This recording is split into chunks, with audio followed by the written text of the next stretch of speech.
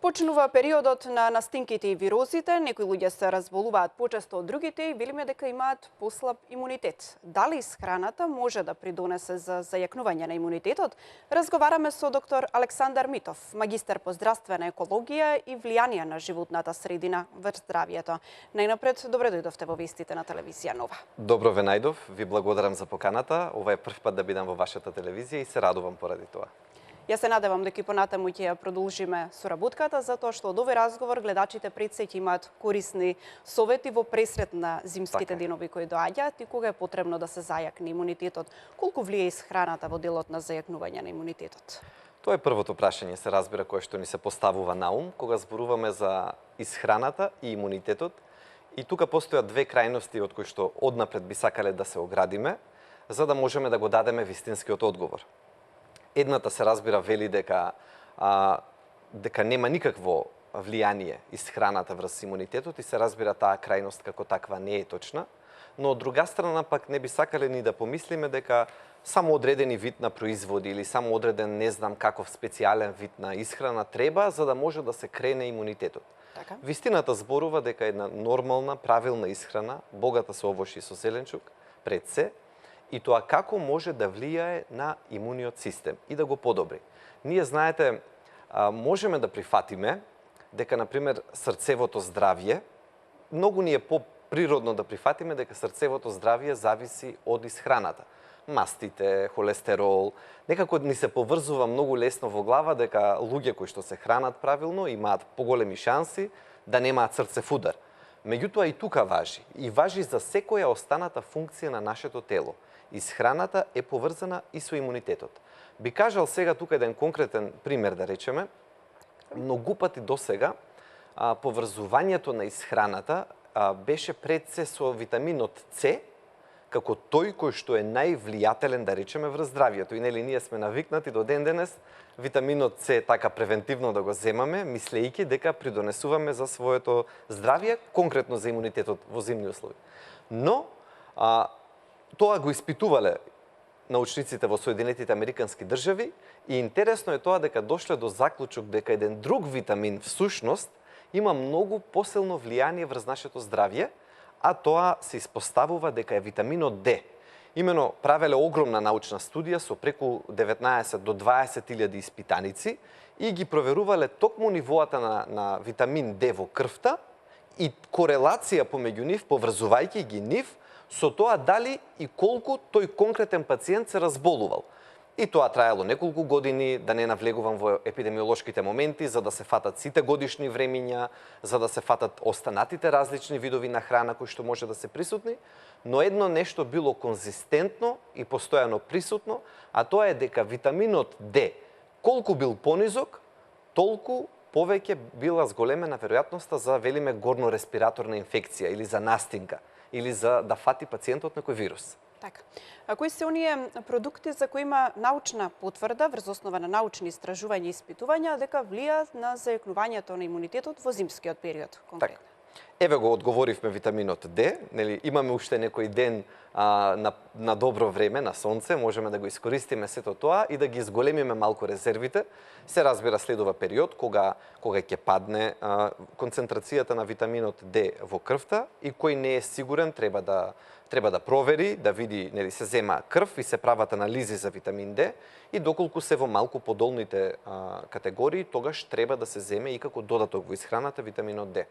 Тоа е едното нешто кое што можеме да го спомнеме.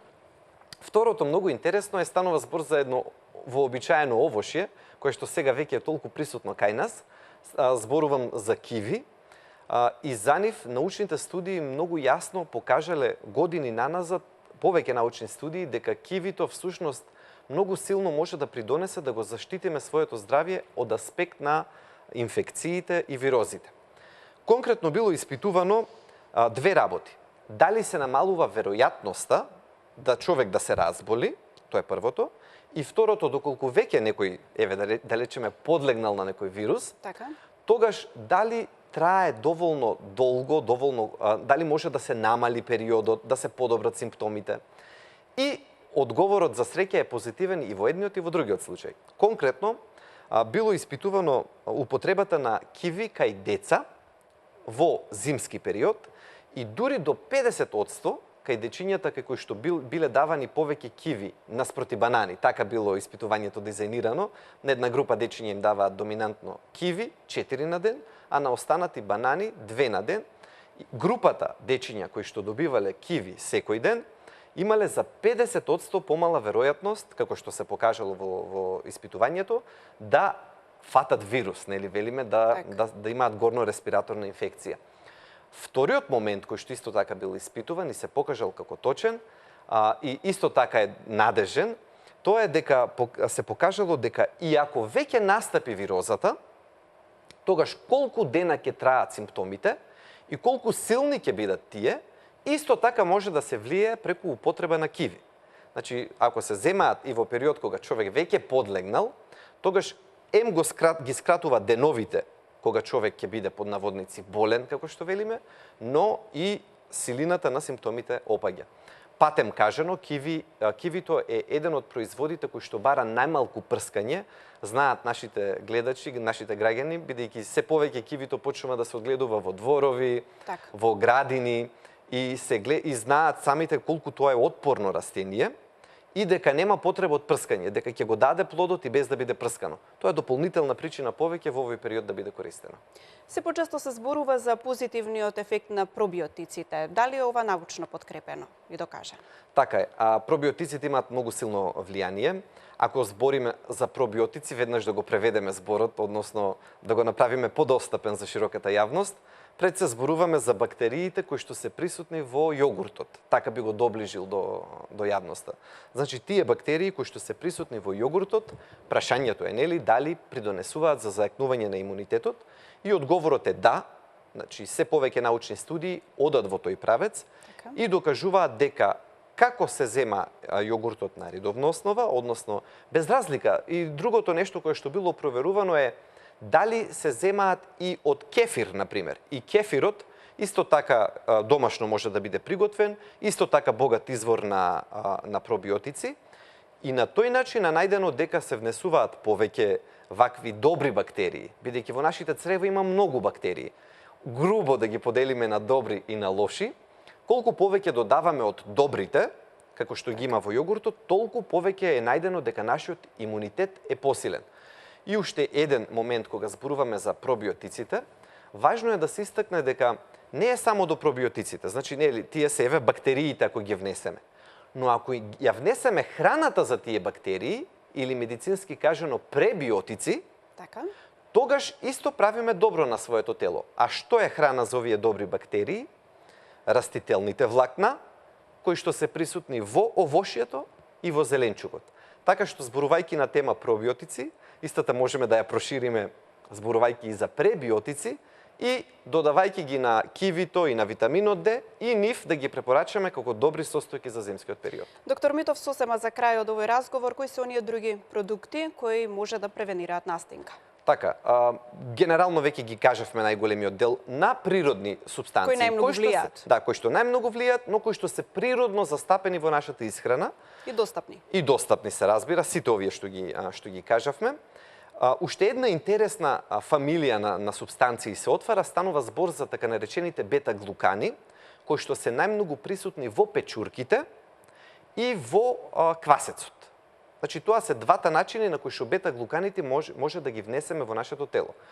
Печурките, било кои, дали станува збор за вообичените бели шампиньони, кои што ги знаеме сите, кои што се најдостапни. Ете така. Или за буковката, ако зборуваме, или за било кои други, сите ги имаат, кои повеќе, кои помалку, но доволни количини, за да направат осетна промена на имунитетот.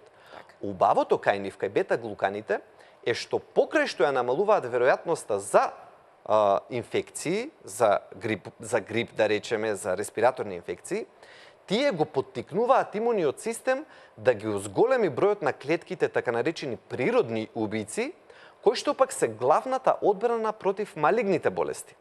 Така што гледаме дека тука се отвара веќе една многу посериозна тема, дека бета-глуканите од печурките и од вообичаениот квасец кој што го знаеме, дека може да го зајакнат имунитетот не само во правец подобро да се бориме со вирусите, туку и во правец подобро нашето тело да се бори со малигните болести. Ви благодарам за одвоеното време и за овие корисни совети пред се за гледачите. Ви благодарам за поканата.